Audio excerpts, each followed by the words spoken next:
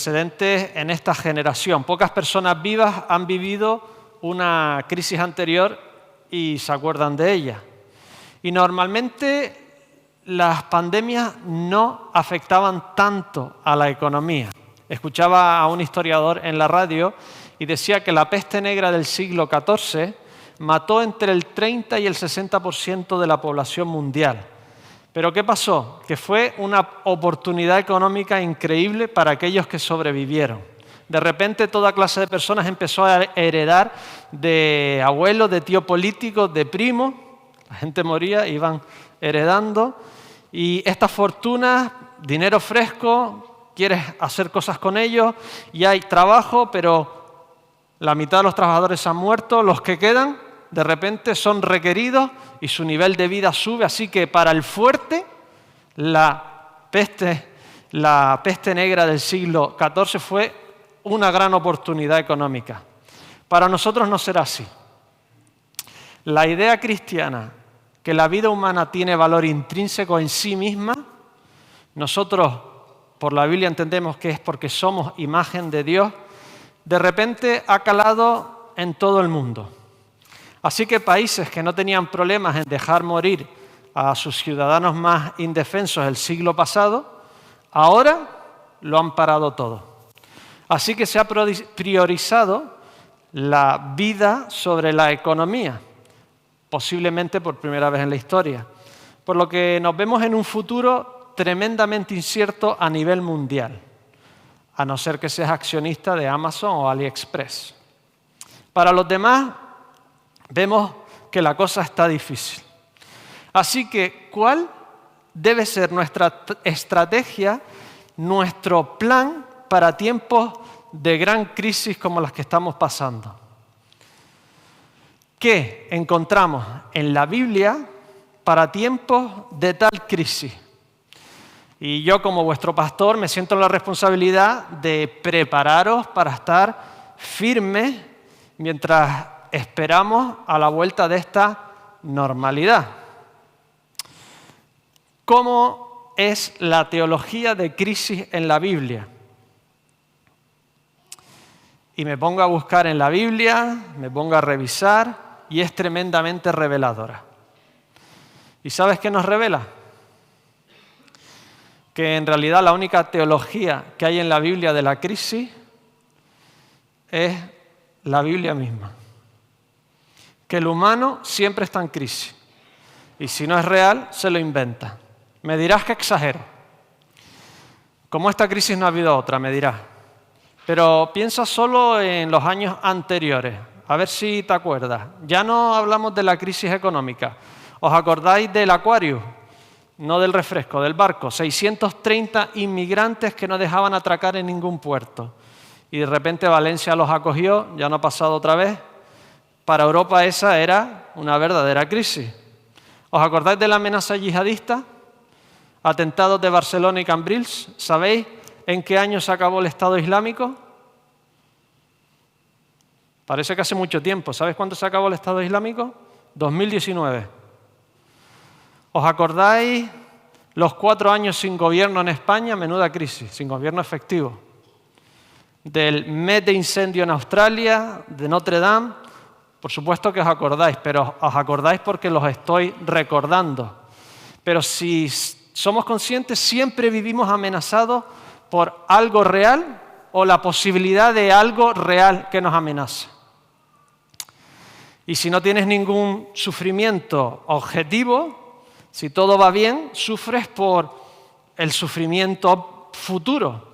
Si no te pasa nada y todo va bien, ya sufres por tus hijos.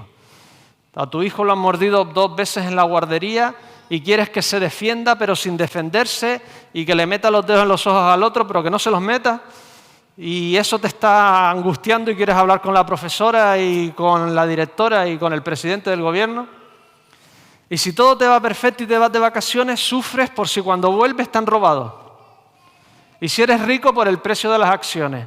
Y si llegas a la fama, por cómo mantenerla y cómo no suicidarte mientras que lo haces.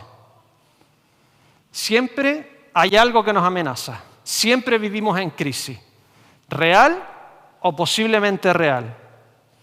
Occidente. Todo el mundo quiere ser como Occidente. Nosotros vivimos en Occidente. El ratio de suicidio del mundo es del 13,5%. ¿Sabes cuál es el ratio de suicidio de los hombres en Occidente? Del 21%, casi el doble. Proverbio 27:20. El Seol y el Abadón nunca se sacian. Así los ojos del hombre nunca están satisfechos. Mira lo que decía el gran autor ruso Dostoyevsky sobre la utopía. Ya en el siglo XVIII la tecnología había avanzado tanto, tenían ya de todo, trenes, ferrocarriles, tenían, ferrocarriles y trenes lo mismo, pero tenían de todos los avances más o menos que podían pensar, y ya estaban pensando que se podría conseguir una sociedad completa y perfecta, una utopía de sociedad. Y mira lo que dice Dostoyevsky acerca de la humanidad. Dice, derrama sobre él todas las bendiciones terrenales. Estaba pensando cómo darle al pueblo todo lo que querían y todo lo que necesitaban. Y decía él, derrama él sobre todas las bendiciones terrenales. Sumérgelo en la dicha para que nada más que burbujas bailen sobre la superficie de su dicha, como en un mar. Dale tal prosperidad económica que no tendría nada más que hacer que dormir, comer pasteles y ocuparse de asegurar la perpetuación de la historia mundial. E incluso, entonces, el hombre, por pura ingratitud, por pura calumnia, te jugaría una mala pasada a aquellos que estaban intentando hacer esta sociedad perfecta. Incluso arriesgaría sus pasteles y desearía comer deliberadamente la peor basura, el absurdo más antieconómico, simplemente para introducir en toda esta racionalidad positiva su elemento fantástico fatal. Lo que estaba diciendo es que en la naturaleza del hombre hay un deseo irrefrenable de convivir con el caos y no podemos huir de eso. Y está en tu corazón y está en mi corazón. Dime un momento en tu vida en el que no te hayas preocupado por algo.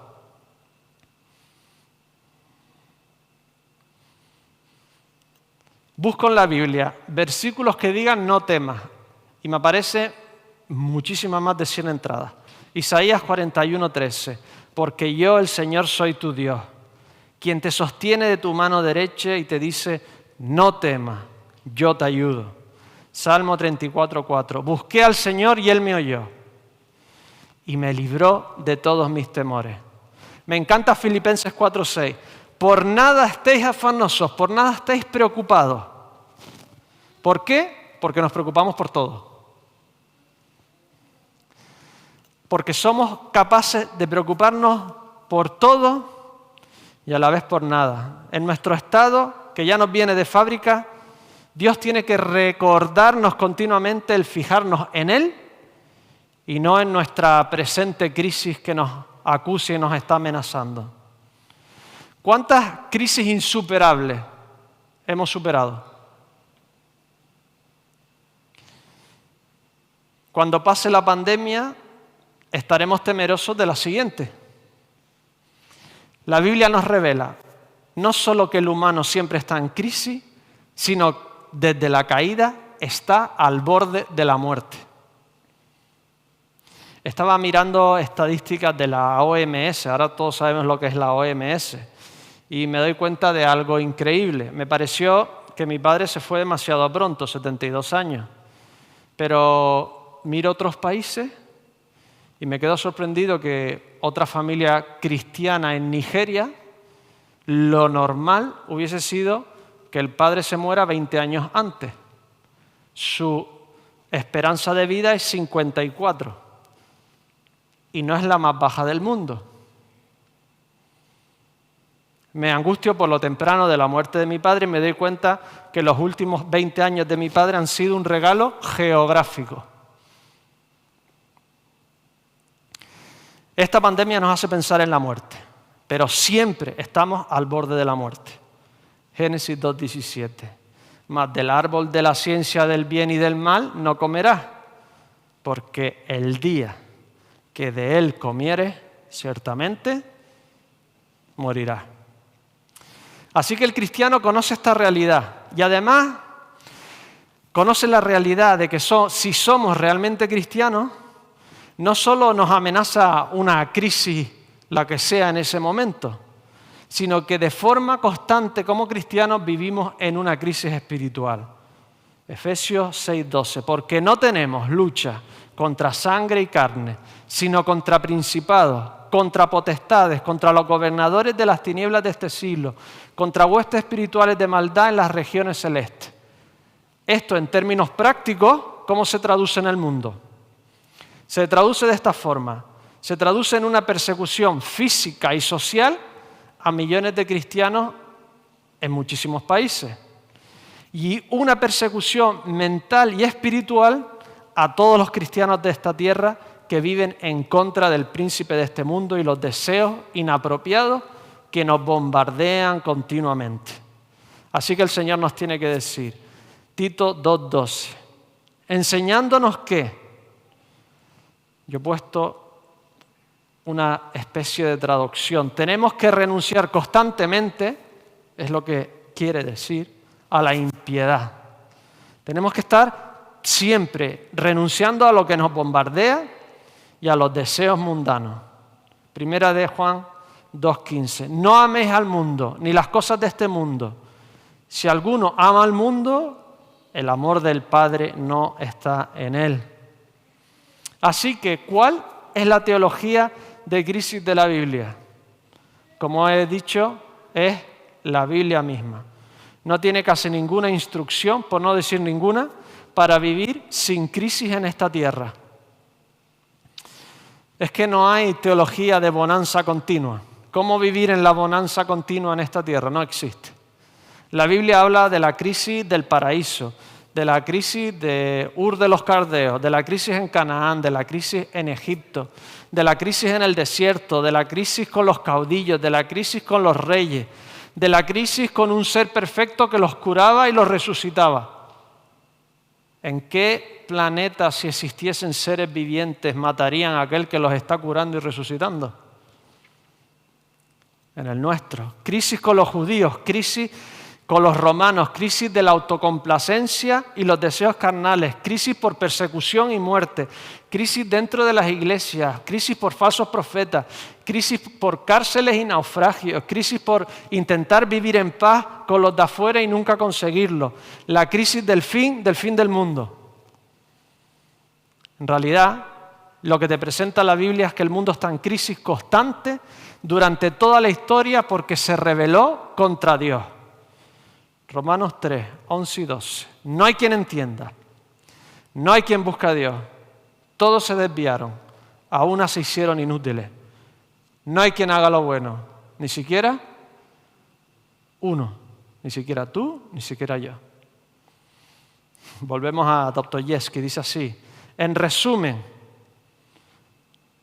se puede decir cualquier cosa sobre la historia del mundo.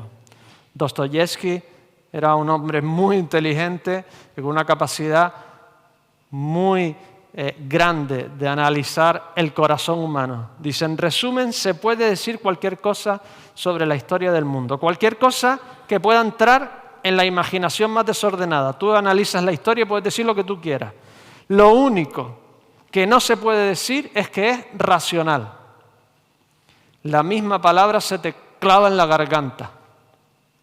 Y por racional se refiere a que la historia actúa de acuerdo a la razón, a la bondad, al altruismo o a la paz. Vemos la historia y es un desastre continuo, ¿verdad? ¿Qué clase de crisis, entonces, tenemos que elegir? Si todo es crisis, al final tendremos que elegir entre qué crisis queremos vivir. Así que la Biblia te plantea simplemente que elijas entre una crisis u otra. ¿Quieres sufrir por mantener el mejor estatus que puedas en este mundo que se acaba o que se te acaba dentro de poco? ¿O sufrir por llevar a muchos al mundo eterno sin crisis? Con grandes retos, estoy seguro, pero sin crisis. Tienes que elegir. Vivir por sufrir y tener una crisis constante por mantener tu status quo en esta tierra, la cosa es que la tierra se acaba o se te acaba a ti pronto, o vivir por ser utilizado por Dios para llevar mucho a la otra tierra que no tiene crisis. Elige una crisis o la otra crisis. Y si eliges la segunda, la Biblia es un manual increíble para tiempos de crisis. ¿Qué vamos a hacer entonces como iglesia en este 2021? Pues mira, yo no te puedo predecir el futuro. No puedo sí ni cuándo, no puedo saber ni sí ni cuándo la vacuna nos va a sacar de esta apremiante crisis sanitaria. Y cuándo nos podremos meter en la siguiente, pero por lo menos sin mascarilla. Ni cuántos meses estaremos hasta que volvamos a reunirnos todos como iglesia. ¿Te imaginas ese día? Poder comer juntos, abrazarnos y besarnos. ¿Tenéis ganas? ¿Tenéis ganas? Los que estáis en casa, me imagino incluso que más, ¿no? Estoy como esperando que la cámara me haga así, como un sí, ¿no? ¿Os imaginaos otra vez el día que podamos comer juntos y comer el choripán que nuestros amigos argentinos creen que han inventado? No tengo ni idea cuándo va a pasar eso. No tengo ni idea cuándo nos volveremos a besar, ni cuándo los abuelos podrán besar a sus nietos. Pero sí te digo lo que vamos a hacer mientras eso pasa. Exactamente lo mismo que hemos tenido que hacer durante toda la vida de cristianos. Nada más y nada menos. ¿Y después de la pandemia qué haremos? Exactamente lo mismo que veníamos haciendo hasta ahora como cristianos. A los cristianos las crisis nunca nos van a coger por sorpresa. ¿Qué tenemos que hacer? Lo mismo de siempre. Simplemente intentarlo con más pasión y más empeño. Primera de Timoteo 3:15. Pablo le habla a Timoteo. Para que si tardo, Pablo no estaba con Timoteo, así que le da unas instrucciones. Sepas cómo conducirte en la casa de Dios, que es la iglesia del Dios viviente, columna y baluarte de la verdad. ¿Qué vamos a hacer este 2021? Conducirnos dignamente en la casa de Dios, que es la iglesia viviente, la columna y baluarte de la verdad. Esta es nuestra función terrenal. Ser el fundamento, la base de la única verdad de la tierra, la única verdad que va a sacar a esta humanidad de su verdadera crisis. ¿Y cuál es esta verdad? ¿Cuál es esto que nosotros somos portadores de la verdad para el mundo? Y lo vemos en el himno precioso que se nos presenta aquí en el versículo 16. Que Dios fue manifestado en carne, que Dios mismo se hizo hombre, que Dios entró en esta crisis y se hizo uno de nosotros para sufrir la crisis que habíamos creado en este mundo y sufrir la gran consecuencia de la crisis, la muerte misma, para superarla y solucionarla para siempre. ¿Cuál es la verdad? Que fue justificado en espíritu. Dios mismo, en forma de paloma, se manifestó y dijo delante de todo el mundo: este es mi Hijo amado, a Él oíd. Y declaró, este es mi Hijo amado en cual tengo complacencia. Y declaró que Jesús entonces era igualmente divino como Él, Hijo de Él. Y para demostrarlo, lo resucitó de la muerte. Primera de Pedro 3:18, porque también Cristo padeció una sola vez por los pecados, el justo por los injustos, para llevarnos a Dios, siendo a la verdad muerto en la carne, pero vivificado en el Espíritu. ¿Cuál es la verdad? Que lo vieron los ángeles, lo vieron hecho carne, lo vieron sufrir en el huerto sudando sangre, lo vieron muerto en la cruz y resucitado al tercer día, y le dijeron a las mujeres: ¿por qué buscáis entre los muertos al que vive? Predicado a los gentiles. Este hecho de que Dios hizo carne y murió por nosotros en la cruz, que vivió una vida perfecta sin pecado, hizo increíbles milagros, transformó a miles de judíos en Jerusalén y comenzaron a cantar este himno que vemos aquí. Miles de judíos que habían adorado a Dios, de repente empiezan a adorar a Jesucristo y empiezan a cantar este himno que vemos aquí. Este es uno de los primeros himnos que estos judíos empezaron a cantar. Haciendo un pequeño paréntesis acerca de los himnos. Es cortito, simple, así que no nos podemos meter más con las canciones cortitas y simples. ¿De acuerdo? Ya lo hacían los primeros cristianos. Este himno lo cantaban ellos y tienen que haber visto algo increíble en este Jesús para que miles de judíos comiencen a adorar a alguien que habían visto como hombre delante de ellos. Así que llevaron este mensaje cuando fueron perseguidos a Jerusalén, a Samaria y hasta lo último de la tierra. Creído en el mundo. El mensaje fue creído en todo el imperio y más allá del imperio romano. Hubo gente de todas clases, ricos y pobres, que creyeron a los testigos oculares que habían visto a Jesús resucitado.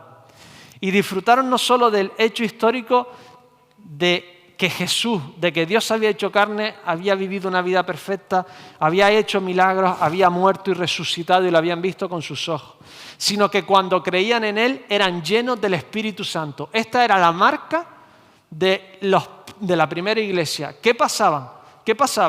Creían y eran llenos del Dios, eran llenos del Espíritu Santo. Era la verificación de que lo que estaban contando era verdad.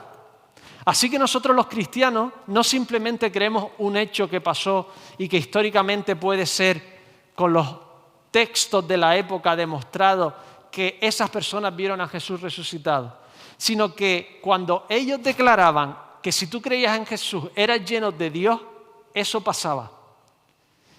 Y pasó generación tras generación y está pasando hoy en día y ha pasado en mi vida y ha pasado en muchas vidas de las de ustedes.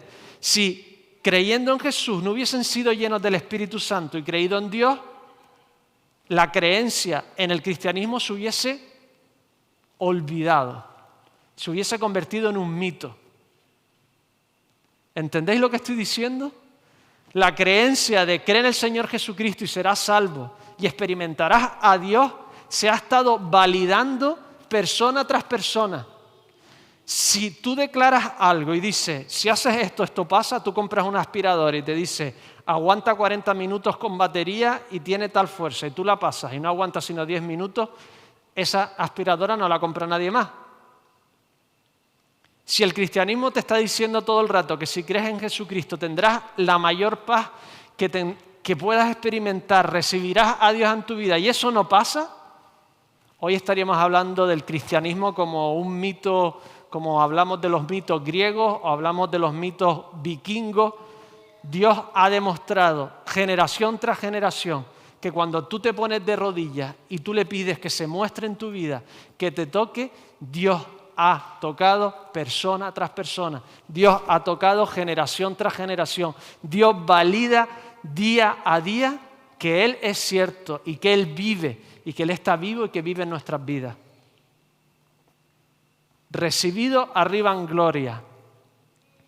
Dios Padre devolvió a su segunda persona al estatus anterior que tenían, pero ahora versión 2.0, no mejorada, sino cambiada, en el sentido de que ahora no solo era Dios, sino hombre. Así que hay un Dios hombre en el cielo que está preparando un paraíso sin crisis para nosotros, para traer ese paraíso a una nueva tierra y a un nuevo cielo. Y esta es nuestra función en el 2021, y esta es nuestra función en el 2022, y si llegamos al 2023 también, conducirnos dignamente en la casa de Dios, predicando la única verdad que puede sacar a la humanidad de su crisis constante. ¿Y cómo nos conducimos dignamente en la casa de Dios? Pues haciendo todo lo que hemos encontrado en la Biblia. Leyendo, adorando a Dios, orando, actuando como lo haría Jesucristo. Y una cosa fundamental, que es crítica en la situación en la que estamos, es seguir viniendo a la casa de Dios, seguirnos conectando domingo tras domingo.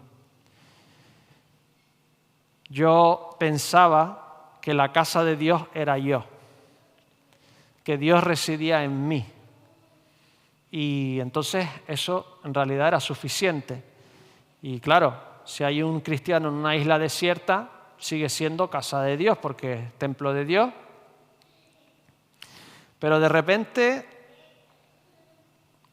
aquí le está diciendo Pablo a Timoteo que se tiene que saber cómo conducir en la casa de Dios, no cómo conducirse él mismo, él solo.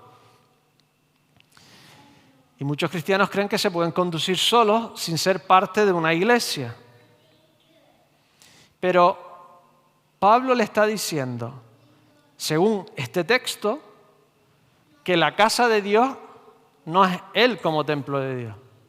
Es la comunión de los hermanos, es cuando los hermanos se reúnen juntos. Léelo. ¿Cuál es la casa de Dios según Pablo en este texto?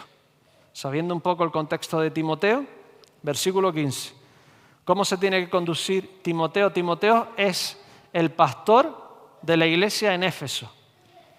¿Cuál es la casa de Dios según esto? La iglesia en Éfeso. Los cristianos reunidos en comunidad. Colosenses 2, 6 y 7. Por tanto, de la manera que habéis recibido al Señor Jesucristo, andad en Él, arraigados y sobreedificados en Él y confirmados en la fe. Así que como habéis sido enseñados, abundando en acciones de gracia. ¿Cómo concordamos entonces que yo soy templo del Espíritu Santo, pero la casa de Dios es cuando me reúno con los otros templos del Espíritu Santo? Pues esto es lo que nos dice la palabra. Los pequeños templos nos reunimos como bloques fundamentados en Cristo y sobreedificando en Cristo y juntos formamos la casa de Dios. Así que los pequeños templos en realidad son bloques en la casa de Dios que vamos sobreedificando cuando vamos actuando, cuando nos vamos reuniendo, cuando vamos siendo iglesia.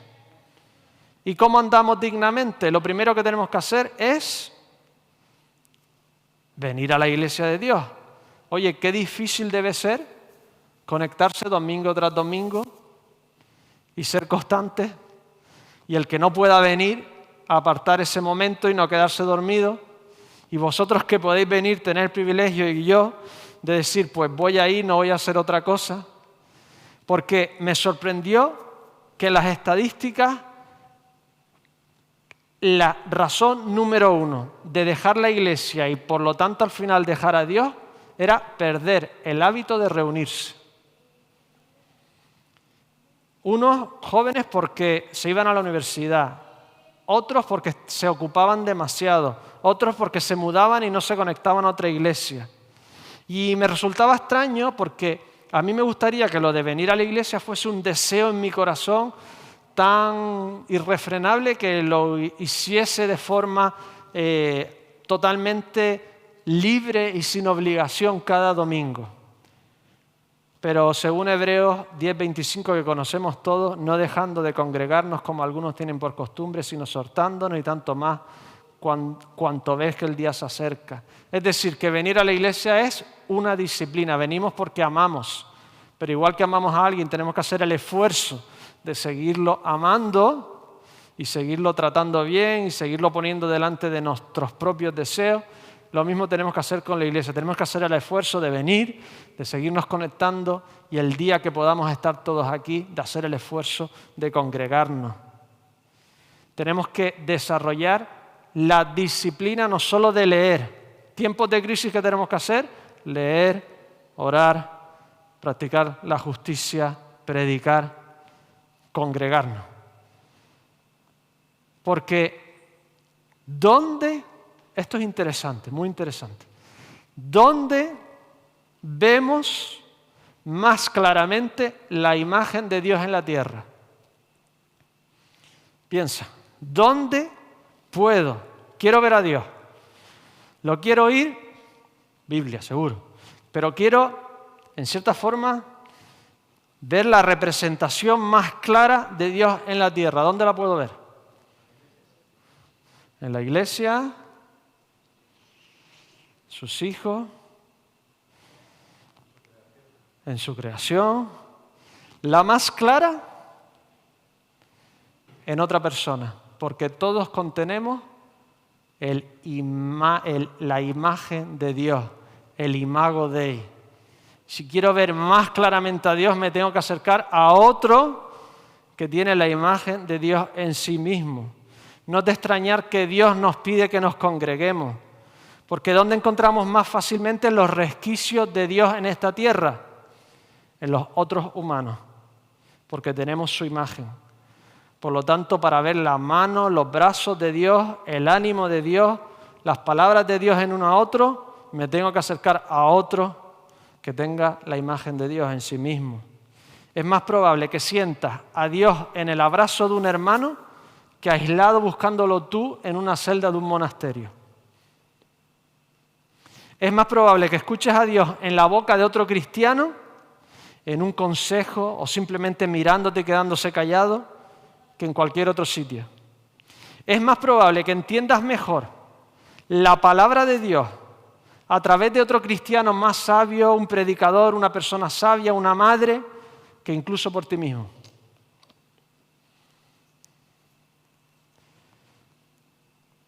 Así que haz un esfuerzo, si estás en casa, por seguirte conectando. Viernes, domingo, seguir buscando cosas en internet de personas que te ayuden. No te dejes de conectaros a los grupos de hogar, os animo, es por Zoom, podéis conectaros. Y aquel que puede venir, no lo deje. Y cuando podamos estar todos aquí, tendremos que estar todos aquí disfrutando de estar en la casa de Dios. Sinceramente, cuando alguien en la iglesia venía y decía, bienvenidos a la casa de Dios, yo me sentía incómodo, porque siempre hemos dicho que esto no es el templo, que el templo somos nosotros. Pues no, cuando nos reunimos, nos convertimos, esto es la casa de Dios. Y cuando viene alguien por la puerta, ha llegado a la casa de Dios. Y esta mañana, Rubén creo que dijo, bienvenidos a la casa de Dios. Si eres cristiano, no estás en casa, no estás terrenalmente más en tu hogar que cuando estás con tus hermanos. ¿Cómo tenemos que conducirnos este 2021 en estos tiempos de crisis en la casa de Dios?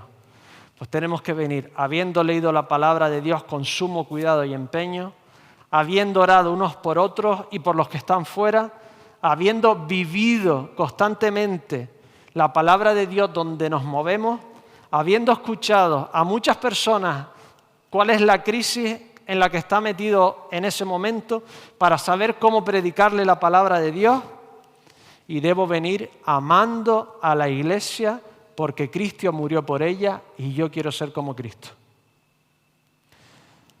Concluyo. ¿Qué hará la iglesia en este 2021 en tiempos de crisis? Lo mismo de siempre. Adorar a Dios, caminar en su amor, ahondar en las disciplinas espirituales, predicar la verdad al mundo. Ana nos va a despedir con una oración.